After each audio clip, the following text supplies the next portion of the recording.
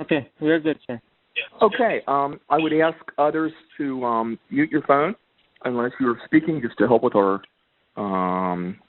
the audio quality. And let me say greetings, colleagues, students, and friends. Recently, we lost a member of our HCCC family. We mourn the passing of student Crystal Oeda, who was planning to graduate next May from the medical assisting program. Please join me in a moment of silence for Crystal, her family, and all who were close to her.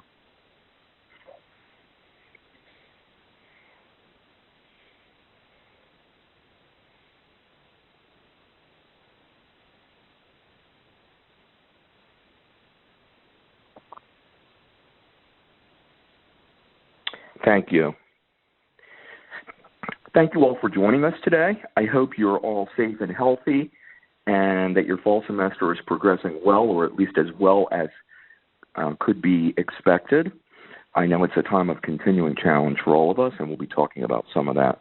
I do want to take this opportunity at the outset to thank so many of you for your kindnesses and well wishes while I've been quarantined at home with the COVID-19 virus. It's been a long process, but I'm pleased to share that my husband, Karian, and I have gradually come to feel much better. We were retested earlier this week and received the results last evening, and we both have now tested negative for the virus. So I'm hoping to return to the office and campus next week, and I'm very much looking forward to that. But again, please accept my heartfelt thanks for your kind notes, comments, and support. It's just been phenomenal. And meanwhile, we wish our colleague Eric Friedman and his wife Barbara a speedy recovery from the virus. I think most of you know that Eric and Barbara have both tested positive. They've been at home for some time. Please keep them and all who are suffering from this disease in your thoughts and prayers. Today I'd like to focus on several things, and then we'll open the meeting for questions, comments, celebrations, and any specific issues or concerns that you'd like to discuss. First, I'd like to ask several colleagues to provide updates on the important work underway in the areas of student success and diversity, equity, and inclusion. Then I'd like to discuss how our fall semester is proceeding and discuss our planning for the spring semester and beyond. And finally, and most importantly, we'll then open the meeting to questions, comments, celebration, and discussion. At our October 13th Town Hall meeting, we heard from our Achieving the Dream coaches, Drs. Mary Fifield and Renee Garcia, while they were conducting their fourth visit to Hudson County Community College and their first virtual visit. Mary and Renee have shared how much they appreciated all of their meetings with HCCC community members and the warm hospitality they received, albeit not food hospitality, but certainly warm and friendly interactions. Yesterday, I sent all of our employees, trustees, and students who are participating in some way in our student success work a copy of our coach's follow-up letter and report from last month's visit, which we just received several days ago. If you've had an opportunity to read the report, I hope you'll agree with me that it contains a great deal of helpful feedback, advice, and suggestions, and it certainly is affirming of the transformational work underway here, thanks to the engagement of so many members of our HCCC family. And if you haven't had an opportunity to read the report, I sure hope you will, as this is really about all of our efforts, and I think you'll find it worth reading. Today, I'd asked HCCC Dream Team co-chairs Heather DeVries and Dr. Sheila Dinan to discuss the report and offer an update on the work of our Dream Team, including next steps in the implementation of our Student Success Action Plan. So, Sheila and Heather, thank you for being here, and I turn it over to you.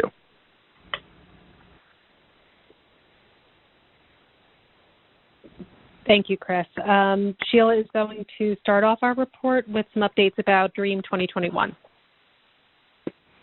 Hello, everybody. I just would like to make sure that everybody has had the opportunity to look at the Achieving the Dream website and look at the conference of Dream 2021 and look at the wonderful programs that they are starting to post now. It is from February 16th to the 19th. It will be a virtual conference this year.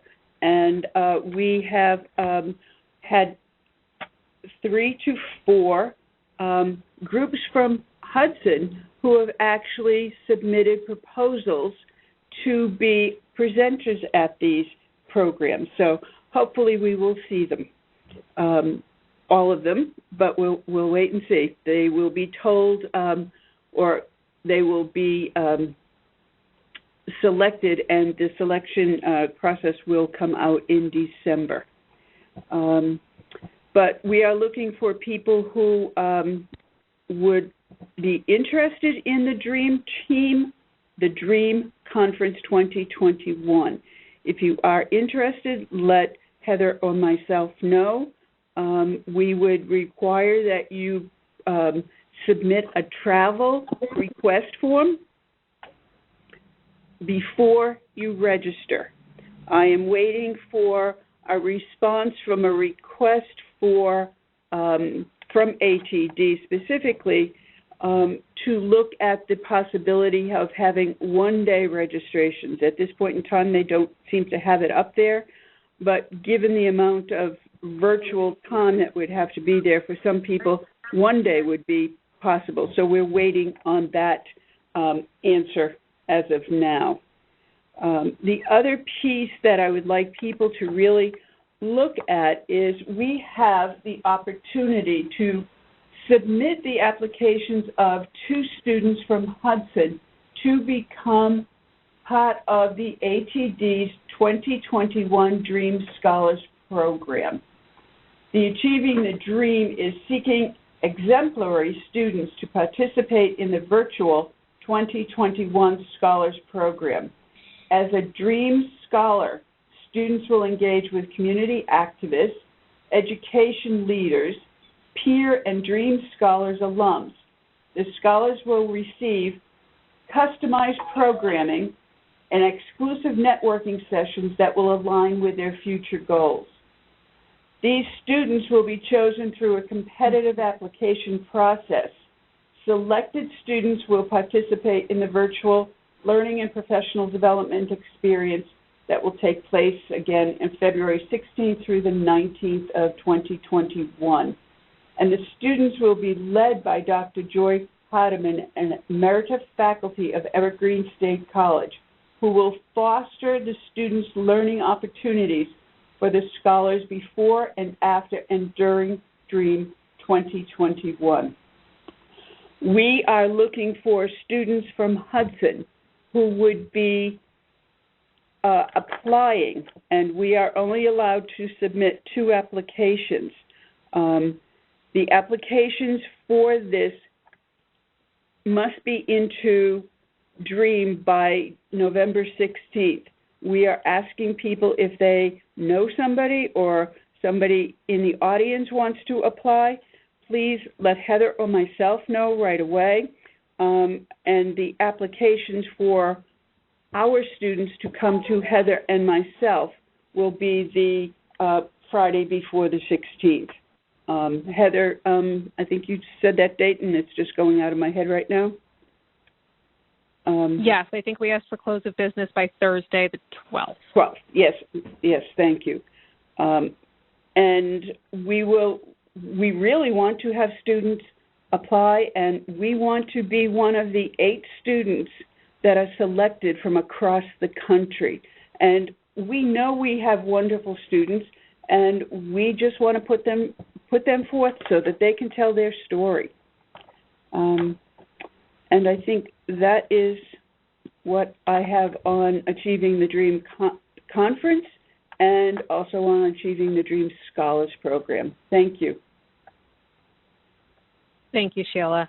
As Dr. Eber mentioned, earlier this week, we received the follow-up letter from Dr. Mary Fifield and Dr. Renee Garcia, who are our Achieving the Dream leadership and data coaches, respectively. And their letter is very, very rich in its content. I think several of us are on, our 3rd, 4th, 5th reading of it and still finding new gems of information in there. The DREAM team as a whole will take a really deep dive into it in the coming weeks as it arrived, maybe not even 24 hours before our most recent DREAM team meeting. But our fabulous DREAM team members and how teams have already started implementing much of what Mary and Renee have recommended. Mary and Renee thoroughly enjoyed their visit. Thank you to everyone who participated and just made the visit a success and made that possible. We greatly appreciate it. And the letter really reflects both the HOW team's willingness and members of the HOW team's willingness, as well as Mary and Renee's, to get into the weeds and really dig in and assess our progress to date in implementing our Student Success Action Plan. Throughout the letter, they make really helpful recommendations about keeping our momentum going. They ask a lot of questions that will inform our work to date. And they really celebrated what we're doing well and identified areas for further action. Our HOW teams currently, there are 6. We had our last Dream Team meeting on yesterday, and they reported out, and they are diving into the data they are receiving from John Scanlon's office. They are devising other tools and instruments to which to collect data and organizing those efforts, and many are really engaging either through research or through making personal connections with other kind of best practice, Achieving the Dream member institutions, and engaging with them for further information. That concludes it for our Achieving the Dream report out. Dr. Reber, I will turn it back to you. Thank you so much, Heather and Sheila. We so appreciate your leadership, and thank you all, students, faculty, staff, and others who are involved in the Dream Team and or the core team or the HOW teams. I think all told, we have somewhere between 100 and 150 students, faculty, staff primarily involved in a direct way, which is just phenomenal. So thanks to all of you. And next, I'm delighted to call on Iris Pujols and Lalisa Williams to comment on the fabulous continuing work of our President's Advisory Council on Diversity, Equity, and Inclusion, and I would say on DEI work across the college beyond PAC Day. As our Achieving the Dream coaches have noted, it's very important and gratifying to see how our college communities work in the areas of student success and DEI is integrated and is mutually supportive. So Lalisa and Iris, thanks for agreeing to speak, and I turn it over to you. Thank you, Dr. Reber, and good afternoon, everyone. Again, we hope that everyone is doing well. And first, we'd like to start, we're happy to share that we have quite a few things going on at the moment. First of all, last week, the Oer College Council approved a recommendation for a diversity statement. It's like an optional recommendation that allows professors to include a diversity statement on their syllabi if they choose to do so. The process was led by Dr. Peter Cromrath. He's the chair of the Academic Affairs Subcommittee of the Oer College Council. That process was extremely collaborative. I mean, we had drafts going back and forth, reviewing, and different groups and subgroups looking at it. So, we're happy to share that was completed. Another item that we wanted to share with you is the PAC Day is still working on its multi-year action plan. The subgroup working on it is meeting tomorrow again. And just like everything else that we've been doing, we want to make sure that the work is collaborative, and the outcome embeds the collective aspirations and perspectives of everyone at the college. Whenever we're able to present a final product. Very briefly, I wanted to talk about an event that we held last week. Another of our collaborations with Human Resources, our Stories Untold series. We held a really wonderful event that featured our friend Veronica Gerosimo, which is the Assistant Dean of Student Life and Leadership, and also her mother, Yvette Gerosimo. We had more than 70 people attend. They were fully engaged. They were asking questions, and it was really incredible. The responses that we got to the survey, they were also extremely, extremely positive. So I'm happy to say that program is doing really well. It's certainly a step on the right direction. And, like everything else we do, we just wanted to promote inclusion and a college-wide sense of belonging. And of course, we want to encourage you as well to share your stories. If you have a story that you want to share, if there's a story that you want to hear about, let us know. And, Lilisa, Anna Kapriska, and I will be happy to work with you to make it happen. Something else that you might have seen a flyer come out recently, we created a flyer. It's called the Barbershop. The reason for that is that a lot of the programs that we've had, the ones that we've held over the summer, they've been very well attended, very engaging, but we've noticed that a lot of the men of Hudson have not shown up as much as some of our female colleagues and friends. So we wanted to provide a space specifically for men so they could have access to that.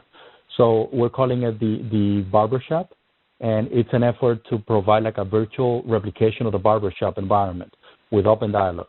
The first one is scheduled to take place on Monday, November 16th at 3 p.m. And I want to say that there's a big group of us collaborating on this, and individuals are really happy to be part of this and to take, to show their leadership skills and their involvement in all of these programs. So be on the lookout for that, and of course we would also like your support. We also want to make sure that we provide platform for students. We had conversations with Director Jose Love from the EOF program. They currently lead two initiatives. One that deals, it's a males group that meets with students once a month, I believe it is, for the ESL students. What we're trying to do, we're having conversations with Jose and his team to make sure that we're able to expand this group to open it to all the students of Hudson. And that would be one group will have other male or male-identifying students of Hudson will have access to that.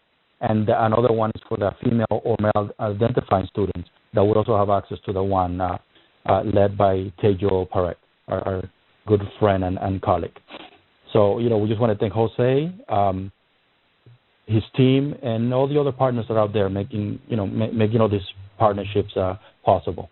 With that, I want to pass it on to Lilisa. All right, thank you. Just to get myself off mute.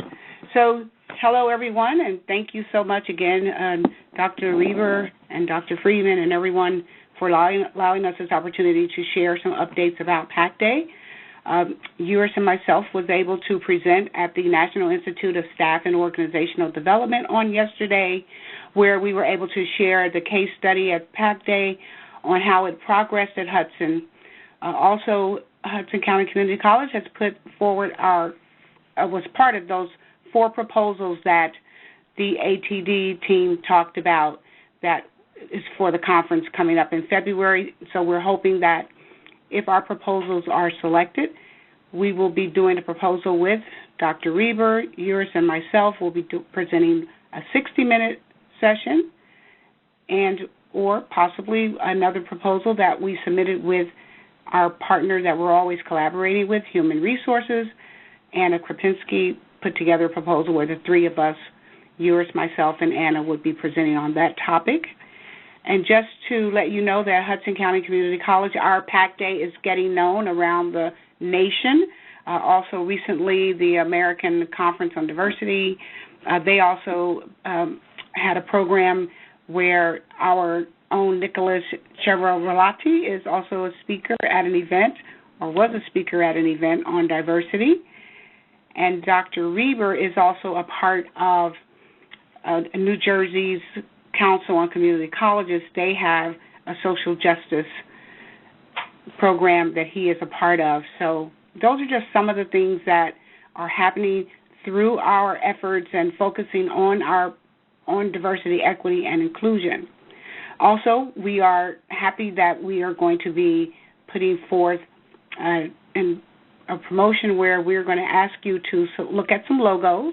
We want to have a logo so that we can adopt a nice brand for PAC Day around the college and outside of the college in the community whenever we do flyers, programs, or any other types of promotions and DEI strategic initiatives. So look for that email. We'll be asking you to make a choice on which one you think would best represent the college. Also, just want to highlight some of the work that our subcommittees, PAC Day, we have 3 overarching goals, and each of those goals are led by members of the PAC Day committee, and each of the goals we broke them into subgroups, and they each have subcommittee chairpersons. So goal 1, and the subcommittee chairpersons for that is Michelle Vitale and Angela Pack.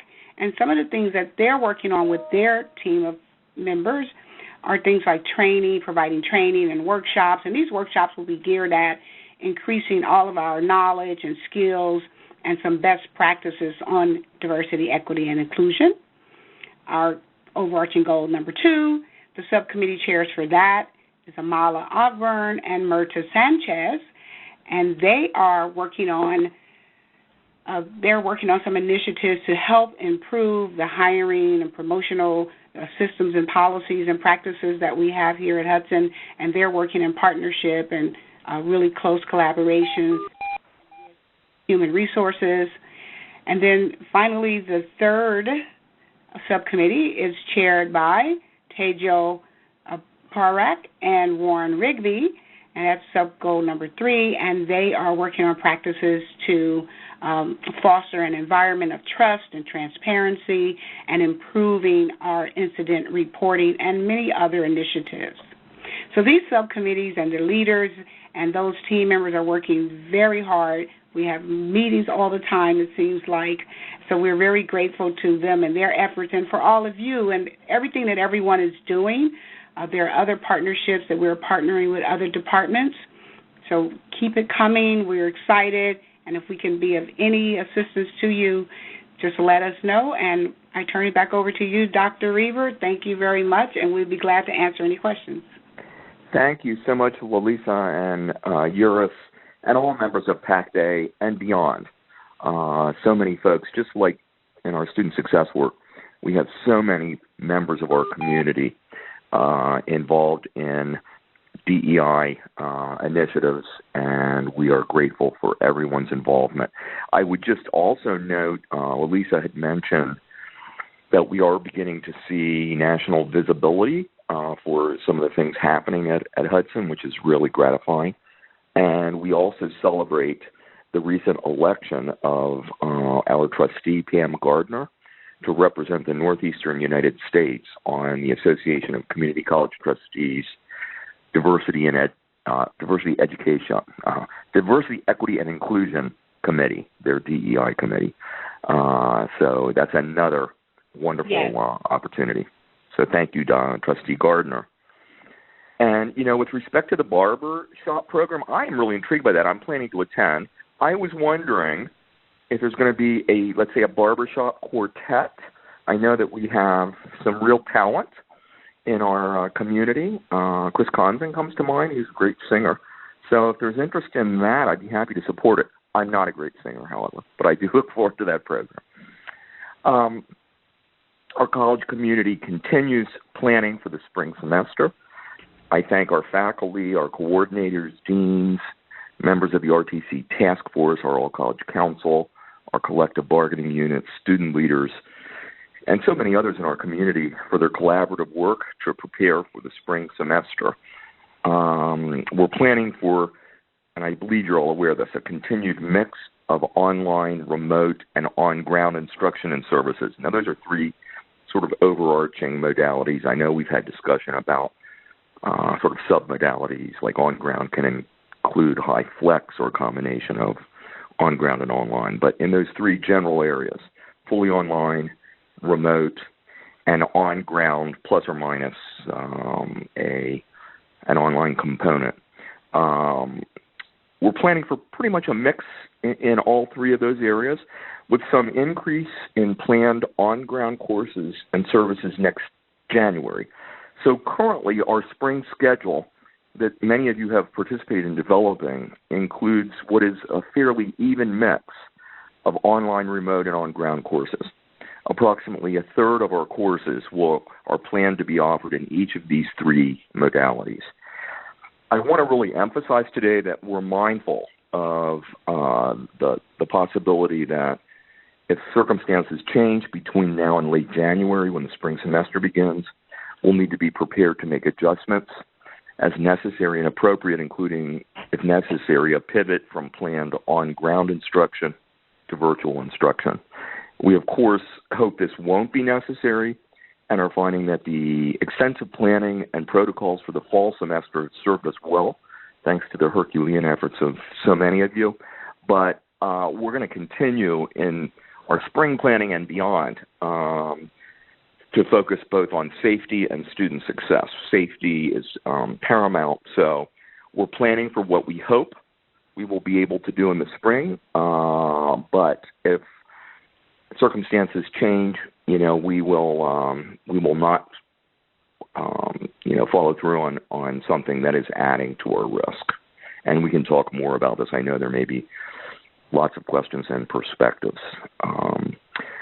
Today I've asked our Return to Campus Task Force chairs, Lisa Doherty and Heather DeVries, to provide an update of our spring planning and related issues. Lisa and Heather, thanks so much for everything you do. Great. Thank you, Dr. Reber. Hi, everyone. We appreciate the opportunity to give you an update on our return to campus efforts for this fall, and then Heather will update you on the spring. So I have three things to cover. Number one is our protocols and how our campus has been doing to date. Number two is a reminder of the protocols in case of a positive case, exposure, or travel. And number three, just a closure of fall enrollment and turning the page to spring enrollment. So first of all, on behalf of Heather and the entire Return to Campus Task Force, we really want to thank everyone and show our deep appreciation for how everyone has been abiding by the protocols and really cooperating with a new way of working and teaching and learning. So thank you so much for your cooperation in terms of mask wearing and social distancing and washing of hands and hand sanitizing and rotating shifts and schedules and students. We really do appreciate it, and we're happy to report that by all evidence, it has been extremely successful. Our protocols have been working. The cases that we have had, the positive COVID cases, they have been reported to us immediately, and those that have been reported, we have acted upon immediately to make sure that anyone who needs to be contacted or was exposed is contacted immediately. So if you have not been contacted, that's good news. That means you have not been around anyone who has tested positive, and we hope you will continue to trust the process that as soon as we hear of a positive case, we get in touch with all of the appropriate people. So I think many people know that the governor signed Executive Order 192, which went into effect at 6 a.m. this morning.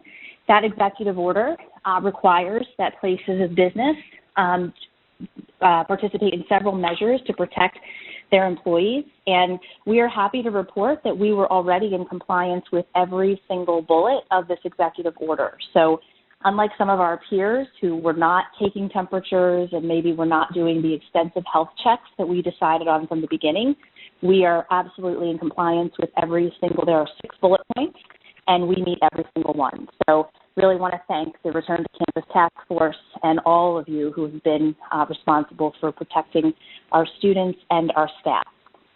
So my second point, I want to also remind you about our protocols. You received an email late last week, or maybe it was early this week, and you will receive this on a weekly basis. So for those of you that read every email word for word, we apologize for the repetition, but we are finding that the best form of communication is over communication in terms of what to do in certain cases. So as a reminder, if you yourself test positive and you are a student, you need to fill out a coronavirus positive case form, which you can find on the RTC page, and that will be directed to David Clark and myself. If you are an employee, so a staff, faculty member, administrator, cabinet member, you will also fill out the positive cases form, and it will be routed to Heather DeVries and Anna Krapitsky. They will get in touch with you immediately, consult with the health and safety group. We consult with them on every single case to determine where you've been, who you've been in contact with, and we will contact the appropriate people immediately. You certainly can send an email if you're not near a computer and you just need to do it from your phone. That's absolutely fine. The sooner we know, the better. But please be conscious of confidentiality of others. If you are reporting a student that you know of or someone asks you to report on their behalf, please only send the email to the people in the protocol to protect the privacy of the person. If you have been exposed to someone who tested positive to COVID, and we're continuing to follow the CDC guidelines to the letter, if you are exposed, which means close contact, you're within 6 feet for 15 minutes or more over a 24-hour period, you also should contact your supervisor if you are a faculty, staff, or employee. And if you're a student, of course, contact your professor. You don't have to let the task force know of the close contact, or if you want to, we certainly will take the information. But the guidelines simply are that you need to stay home for 14 days from the date of last contact, check for symptoms, And we certainly do recommend that you get tested. That's really the best way to learn, of course, if you're positive or not. And if you have questions, again, students can definitely contact David Clark or myself, faculty and staff, Anna Kropitsky, or Heather DeVries. So that's if you're in close contact with someone.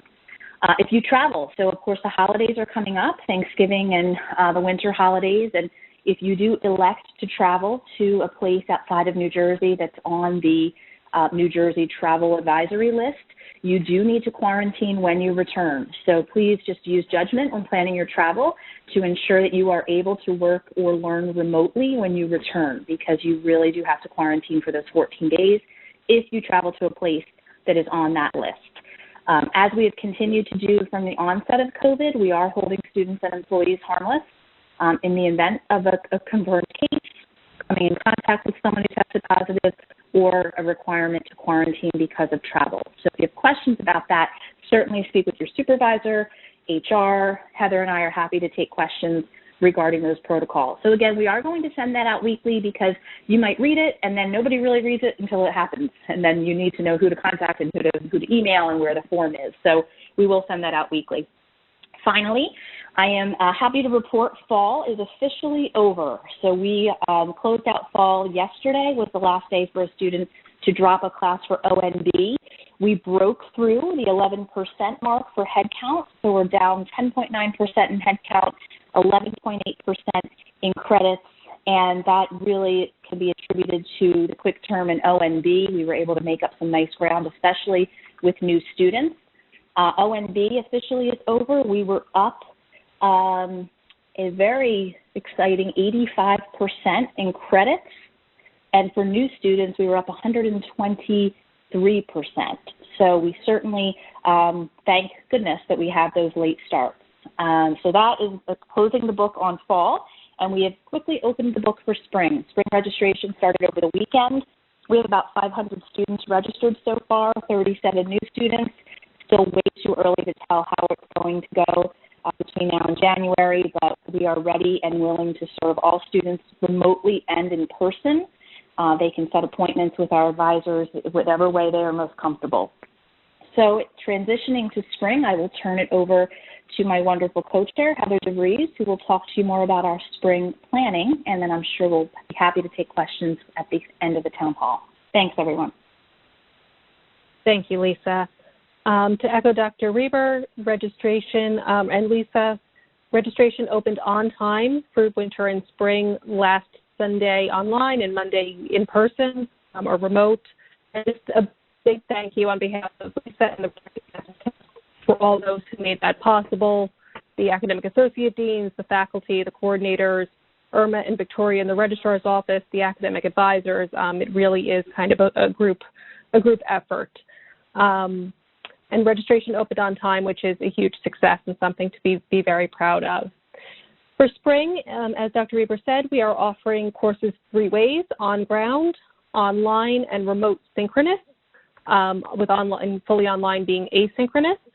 And Dr. Friedman and Dr. Jones are hosting 2 faculty dialogue sessions to address any kind of remaining questions about course modalities and different formats of course modalities. For those courses on ground that will take advantage of the ITV technology or will utilize a high-flex model. The first of those faculty dialogues was yesterday afternoon and was a very productive discussion. And the second one is scheduled for Monday morning, I believe. Otherwise, beyond instruction, we are thinking about the Return to Campus Task Force. The Human Resources Working Group is thinking about training for spring 2021. Who needs to be trained and what training do they need to receive? They are looking at kind of retraining or providing a refresher through kind of an internal format for all employees who were on ground this semester, with providing kind of a more robust training either through Safe Colleges and or an internally led training for any individuals who will be on ground really for the first time in spring 2021. So more information is forthcoming there.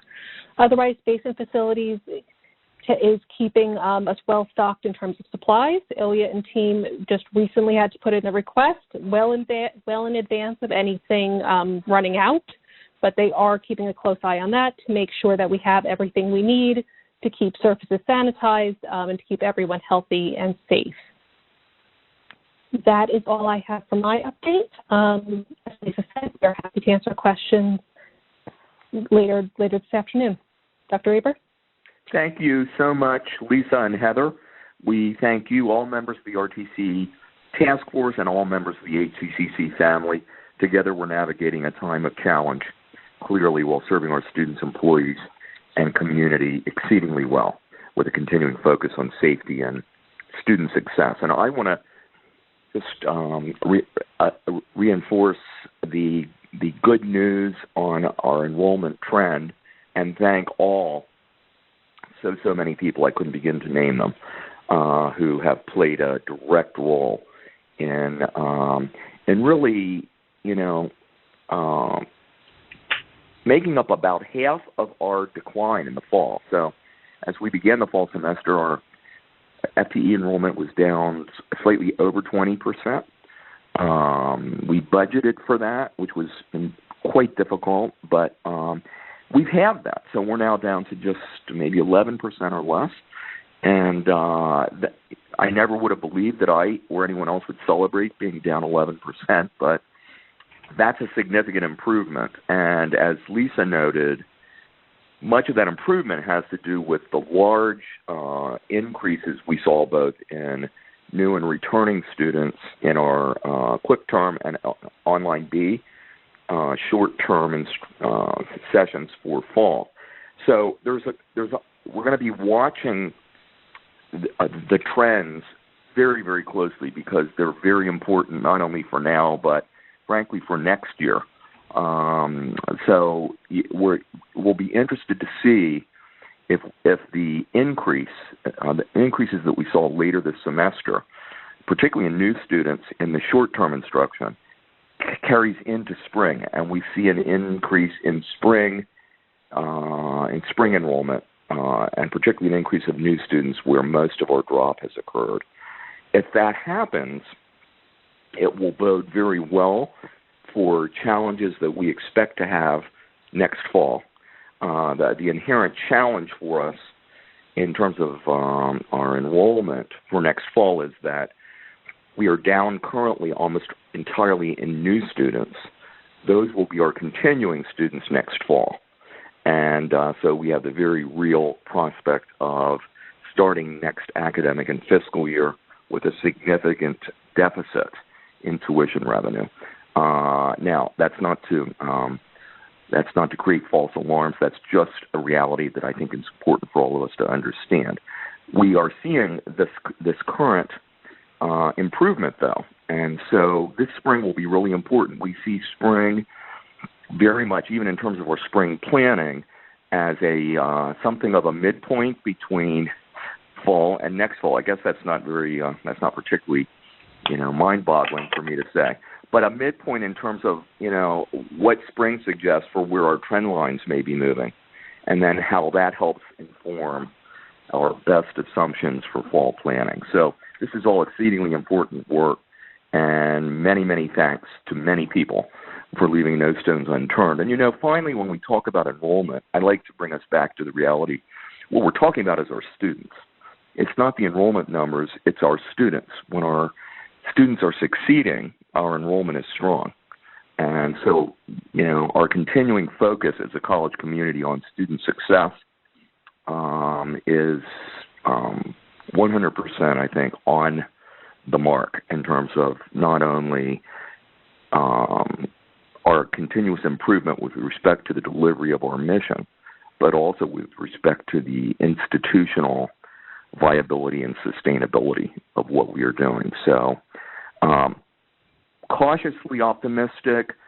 We're going to be clear about continuing to monitor and understand what students and others are telling us as we not only plan for spring, but for next fall, which will be here before any of us realize it. I have one additional update to share, and then we want to open this to your questions and comments.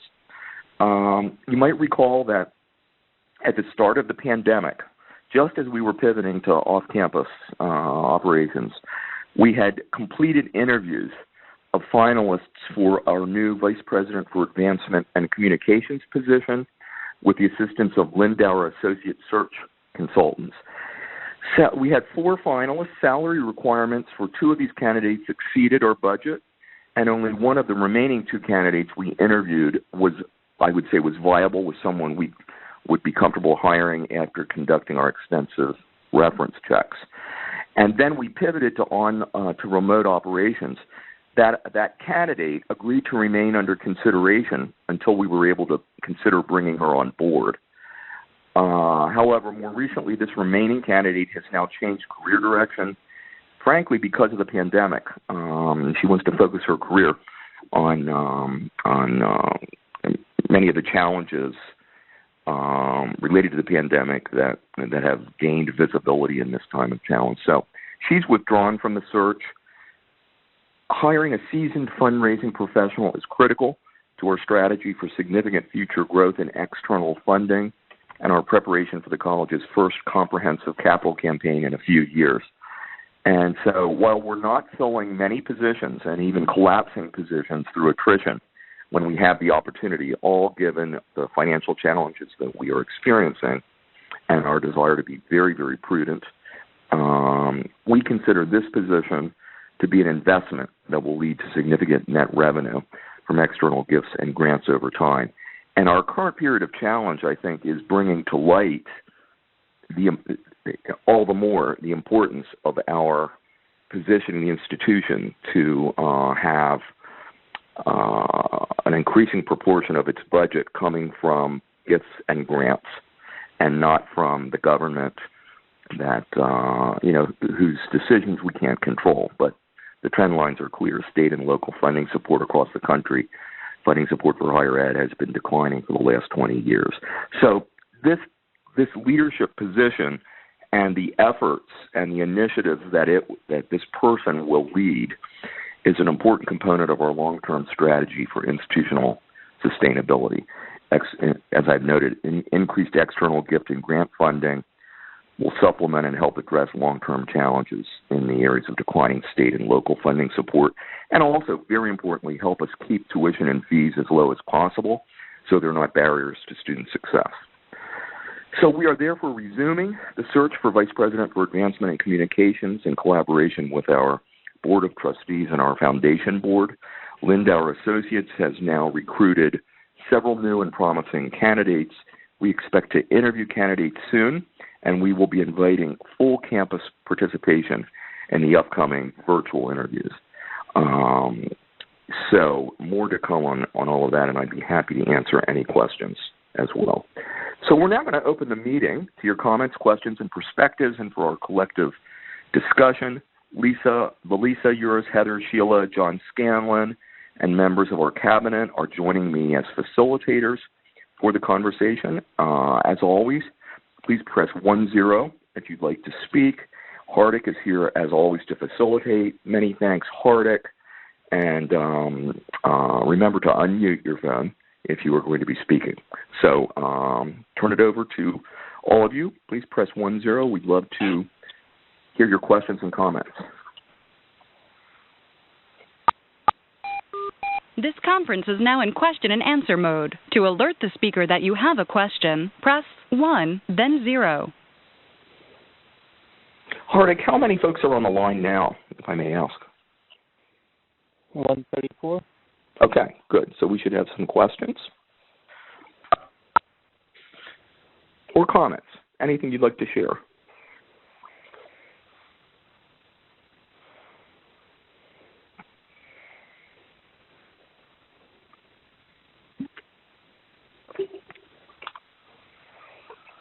There's always a little lag time.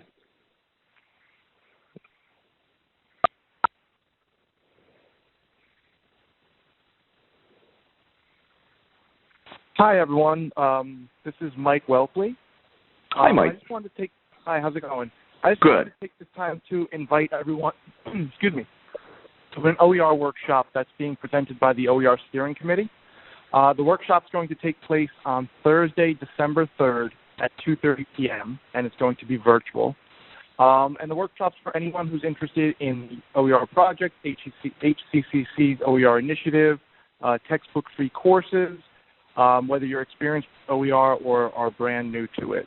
So we're going to provide an opportunity for interested faculty to meet with the steering committee, with librarians, with technologists, to help get courses started or to answer questions that anyone might have about OER.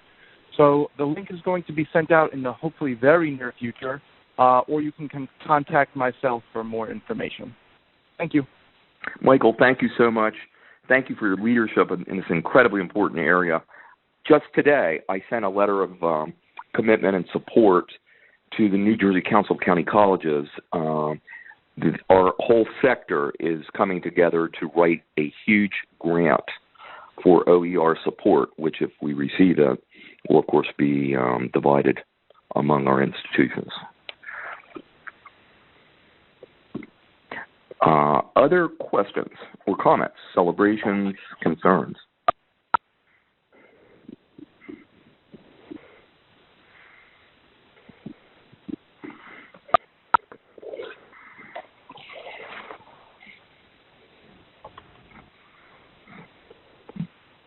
Hello? Hello? Hi, Dr. Reber. Jose Lowe. Oh, nice to see you, Jose. Nice to hear you. How are you? Great that you're doing well, and you know, we've always been praying for you. Oh, thank you. So I just want to go back to communication that I sent you earlier in the week in regards to first generation. Yes.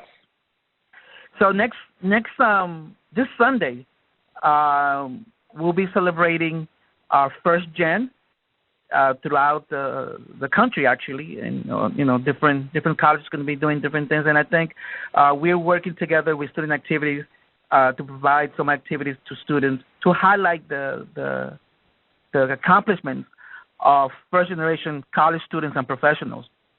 We're also going to communicate with different professionals here at the college to let the world know their accomplishments. Being first generation is a task, and something that we need to continue to highlight, especially when we're talking about retention. Our students need to see that just like they're struggling, we were also struggling, and we made it, and we're continuing to accomplish our goals. So once again, it's an exciting time to be first generation and to highlight those accomplishments, Dr. Reber. Once again, thank you for the time. Oh, Jose, thank you. This is really important and justifiable celebration of so many from our community, past, present, future. And I will be sending a letter tomorrow morning about this to our college community. Thank you so much. Thank you, Dr. Reber.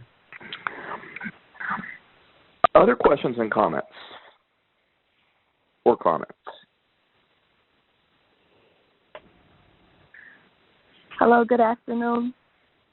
Hello. Hello, Dr. Reber. This is Roy Umena. How are you? Good. Nice to hear your voice. Thank you. Nice to hear yours, too. Certainly, I'm glad that you are doing well, as well as your partner. I'm just excited about that. Also, in reference to highlighting new things that's upcoming, we have our virtual open house, Choose Your Own Destination event, which I know you probably are aware of. Yeah. And so we're excited about that. And it's just like you made mention, if I can just piggyback after what you said in regards to when students is succeeding, our enrollment is strong. And I thought that was, great to say, in other words. And so I just wanted to highlight that, just to say hello to you. That's it. And everybody that's on the line. Thank you. Thank you so much. And, it's true. We sometimes hear people say, well, it's not just all about the numbers. The numbers are our students, and it is all about our students. So someone made this distinction for me that I just found helpful. So I appreciate that. I want to do a huge shout out to everyone involved in planning the 4-day virtual open house project. I think it's phenomenal. In fact, we got national recognition for it. It was a focused program in last Friday's Association of Community College Trustees newsletter that goes out to the entire country. There was a piece on it for the Northeast region. So I'm looking forward to participating. Certainly thanks to Matt Fessler and his team and everybody that's going to be involved.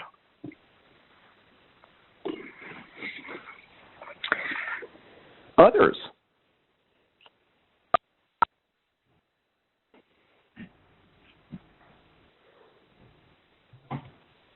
Hi, Dr. Reber. It's Veronica. Hi, Veronica. Hi. Okay, so we are approaching our December virtual commencement ceremony, December 10th, Thursday, December 10th at noon. So we are really, really excited to celebrate our graduates of the past year as well for this semester that we're in right now.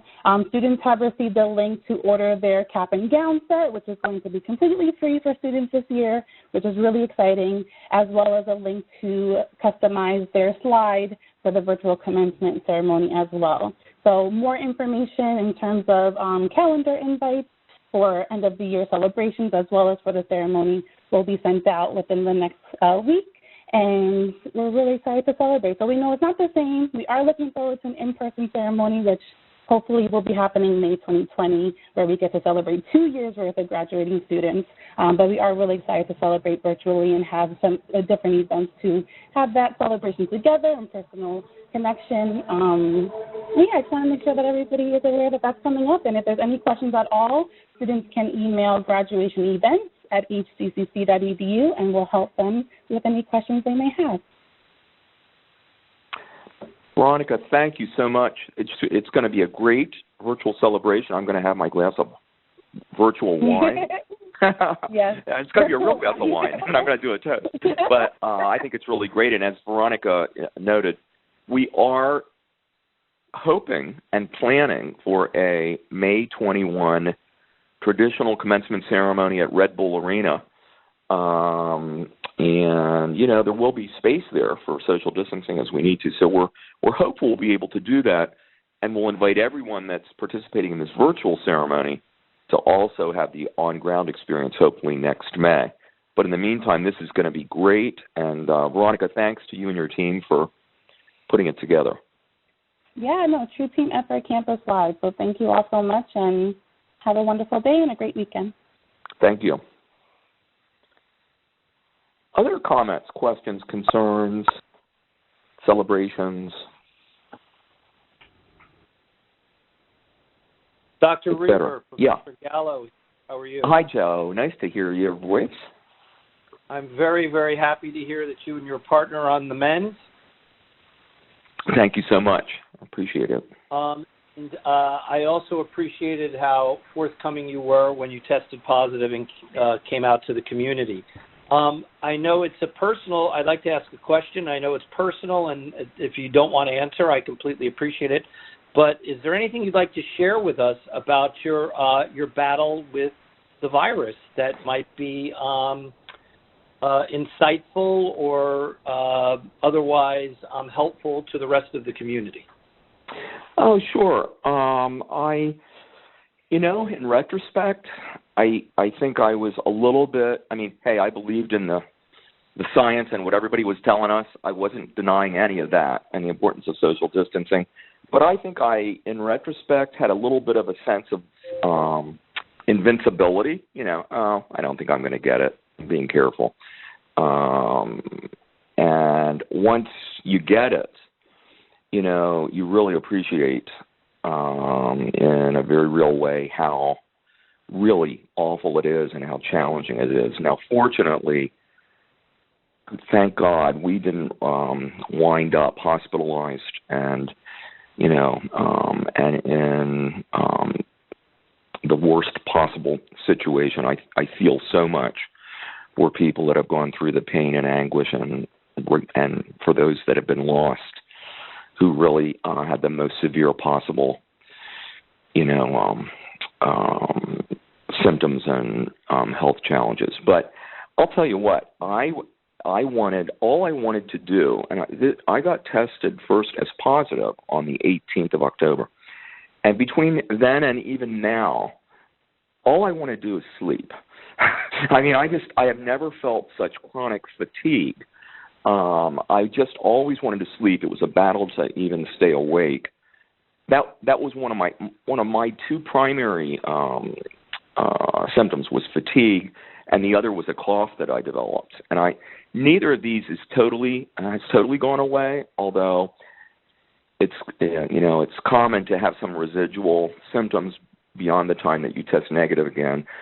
I feel 1,000% better and almost back to normal at this point. But when you get it, there's really in our case there was really no medication other than some ibuprofen, some cough drops. It's just you just have to realize that your health is the most important thing, and just do whatever you can to get through it. The other thing that I learned is the symptoms are very different in individuals. So my partner's symptoms were different from mine. He was much more chilly and having feelings of having a fever and nausea and not being able to eat and things like that. It's not pleasant. And so I thank you for asking. Well, thanks. Yeah. And many others on this call have first-hand experience, I know. Are there other questions or comments or celebrations today?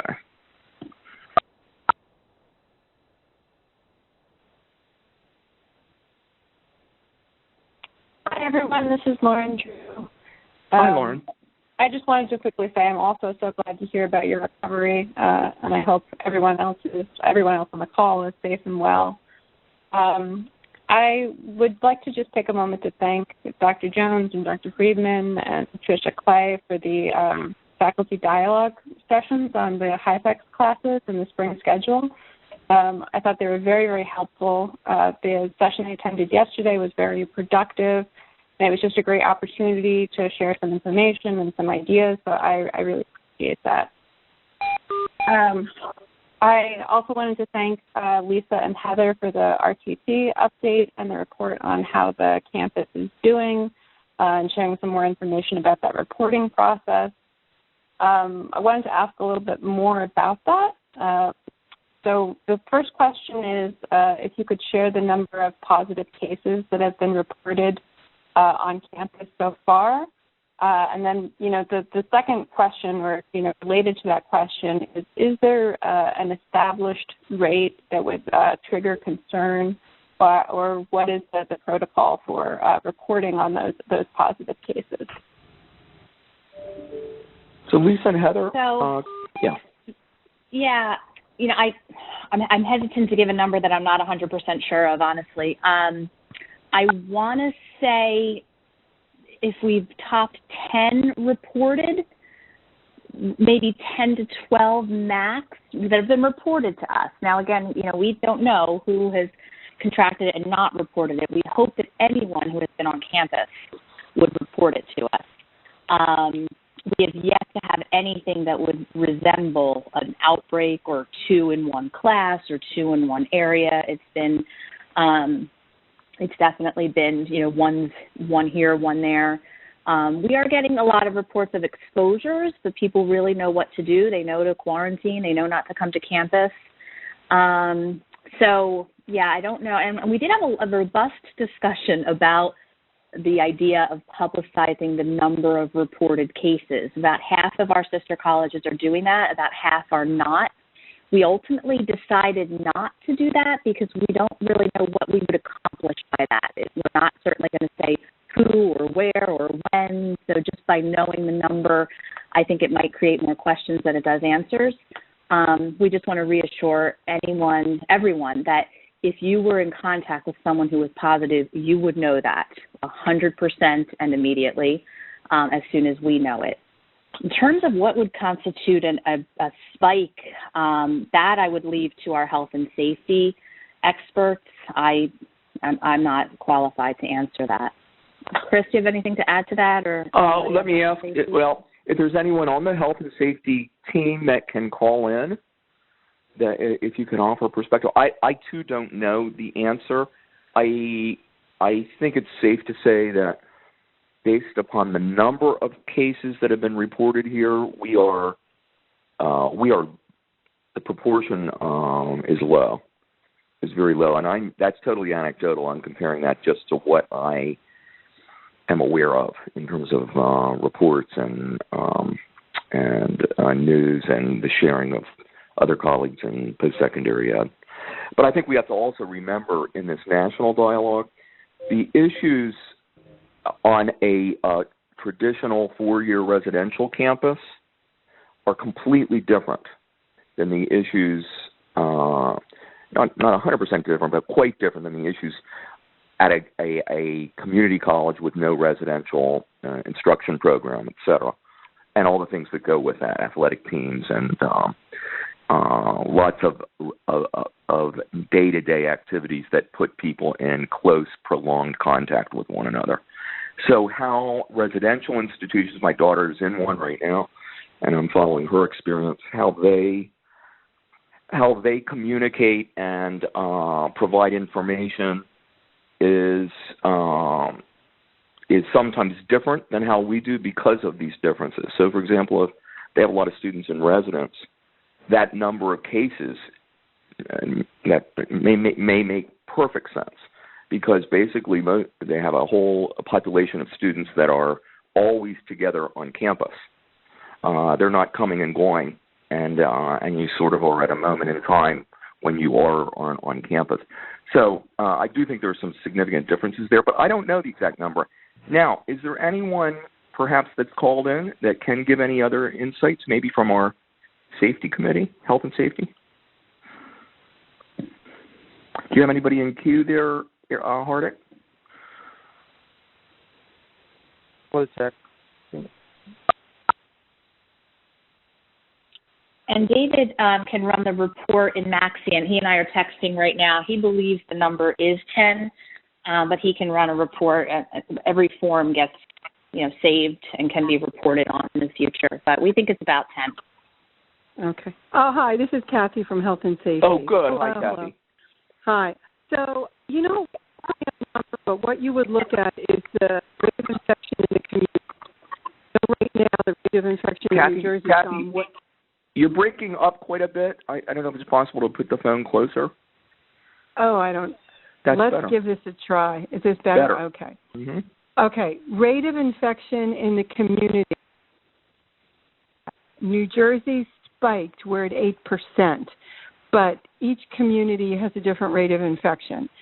I would say if you had 2 active cases in one classroom environment, that is when we all need to get together and figure out what we're going to do. It's one thing to have one case, but if you know you have 2, then I would say you have a problem. But that's a personal assumption. That's not based on any criteria. Actually, Kathy, you're right. That is in our restart plan. We do say that if there are 2 or more in a classroom or in a certain building, that is when we will likely see more people. Yeah, thank you for reminding me. Yeah, well, it was a default number in my head. But, what does that mean? What is it compared to? So 2 makes sense. Then you got to really wake up and figure something out. But it's also in relationship to how much infection is in your community. Because if the rate is low, if it's only, say, at 1%, like we were pretty much all summer, that may not be as big a deal as it is now. Like if Jersey City was at 10%, then we've got to really sit down and maybe reach out to some public health professionals in the city, because that means there's a lot of virus in the environment of the area, not just the school. So you can see it's not one answer. Yeah. In the state, I know Union County and Ocean County and Bergen and, to a lesser extent, Passaic, those seem to be where they're experiencing the large spike right now. Okay. Yeah. So right now we're good, but Lisa, that's good that we had decided on 2, because if 2's in one classroom, we have a problem. Or even in the same building, if it's a relatively small building, we have to really all sit down and discuss what we're going to do. Because you don't have to shut down the entire campus if it's localized. You just may have to close a classroom. That's the other thing we have to look at. You don't necessarily have to close a whole campus. Okay. Is that helpful, Lauren? If Lauren's still there. She might not. She might have been remuted. Okay, we're good. Thank you, Kathleen. And so we welcome other questions, or if Lauren wants to come back in, or other comments if there are folks that would like to speak about this or about anything.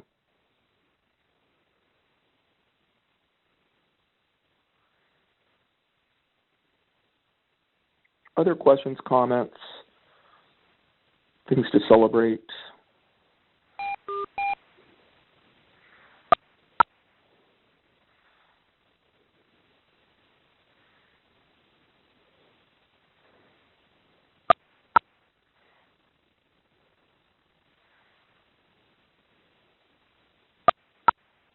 Is there anyone who's a host, quote unquote, that would like to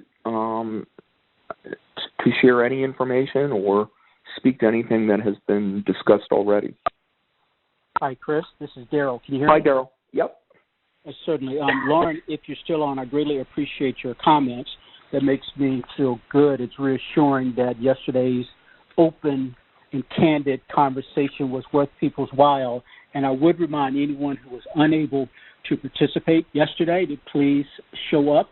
Please attend, if you can, this coming Monday at 9 a.m.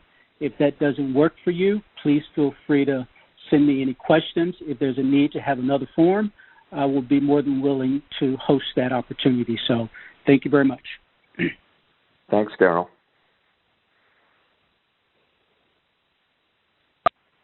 Hi, everyone. This is Anna. Can you hear me? Hi, Anna. Hi, everyone. So I just wanted to send a quick say a quick note and to remind everyone about our Employee Spotlight series and program. We certainly were overwhelmed with the number of nominations since we began in April, and we've been able to feature many members of our community practically every day as we are doing the postings. And I just want to remind everyone that this is an ongoing process. It's an opportunity for you to recognize your colleagues. It's an opportunity for you to say thank you for a particular helpful hand or a project or recognition or for a job well done or people who really go out of their community and establish our connections within the community. I know that someone shared with me that one of the reasons they really appreciate the program is because they get to see and learn about people in our Hudson family that they've never seen before. And these are people who have been here for many years. And so it's another opportunity for us to continue connecting, to continue recognizing each other, to continue learning about each other and what we do. So I just want to encourage everyone to continue nominating.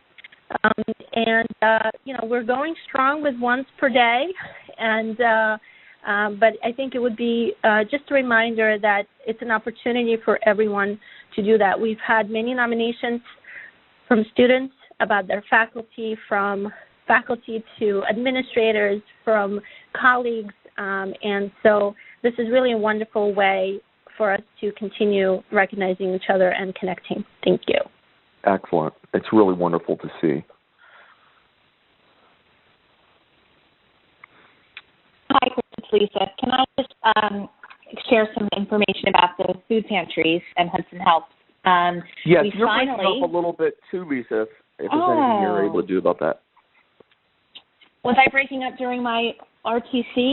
We could hear it. But it was a little bit, This is better, whatever's happening now. Okay. Oh, my gosh, and I just switched to FiOS. I mean, I just can't get a break. So the food pantries now have refrigeration after a long wait. So refrigerator and freezer in the food pantries. So our culinary team, we're so thrilled that they prepare some pre-cooked meals for our students, which will go into the refrigerator and freezer. And then if anyone wishes to donate, cold goods, we are happy to have them. And then next week, David Clark and I, along with Ilya and Julio, are doing a walkthrough of Building A, 3rd floor, which is where the Hudson Helps Physical Resource Center will go, so that we can start to get that freshened up and move a career closet in there and all of our other services to open, we hope, early in the spring. So I just wanted to give that update. That is all hugely important, just fantastic. This is something to celebrate, and the arrival of those refrigerators is just going to make it possible for us to do so much more with regard to making food available. And I want to also do a shout out to Ara and everybody in our culinary and hospitality management program. They've done so much to prepare meals, both for our food pantries and our on-campus population, but also the community. So this is taking us to the next level. Lisa, will we have equipment to package like refrigerated items or to freeze items for longer? So they last longer. You mean prepared by the culinary group? Yes. Yeah, absolutely. Yeah, when they send over their pre-cooked meals, if we don't distribute them all first day, we certainly will freeze them and be able to distribute them. Yeah, it's really going to help us to preserve food for much longer. Very good. And do we also have the what am I trying to ask? the packaging that removes air from the product and keeps its shelf life longer in the refrigerator? I'm not sure the answer to that. I don't know if Ara or That's anyone from culinary is on. We may want to look into that as well. But this is huge, and then also having our one-stop center is really, really wonderful. Will we have any sort of celebration of that or kickoff? We will. I mean, we would certainly in normal times have planned a whole ribbon cutting like we did with the food pantries. We'll have to think about how we can do that in COVID times. But I think we're going to have to, right? This is not going away anytime soon. So we should probably figure out how to do a socially distant ribbon cutting. Yeah. And for the Student Center, too. We never did the grand opening of the Student Center. Right. Well, it'll be worth waiting for. Thank you. Other questions, comments, celebrations?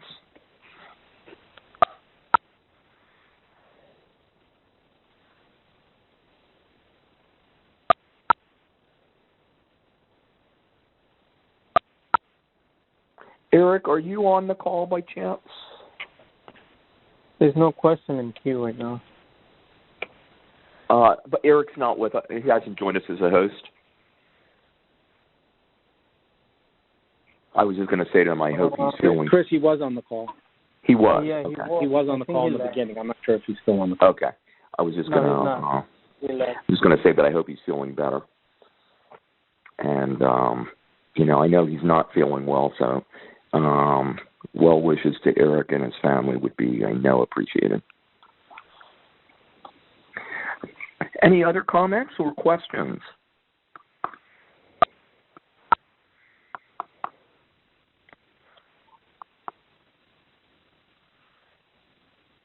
Hardik, do you see anyone in queue there? Nope. Nope. Not anymore. Okay. I want to thank you all. As always, if you have questions, don't hesitate to reach out to me. And I'm hosting my second fall virtual Pizza with the President today at 5 p.m. If you're a student, I hope you'll join me. Actually, it's open to everybody, so I'd be delighted to have you join. I think it's being done by Zoom, and I will be eating a piece of pizza. That's my way of making it Pizza with the President. But I know we're also doing some fun things like gift cards for students, and so if that interests you, I'd love to have you join the conversation today at 5. I hope all of you remain safe and well, and wish you all the best, and thanks for our continuing, work together as a family. Thank you all.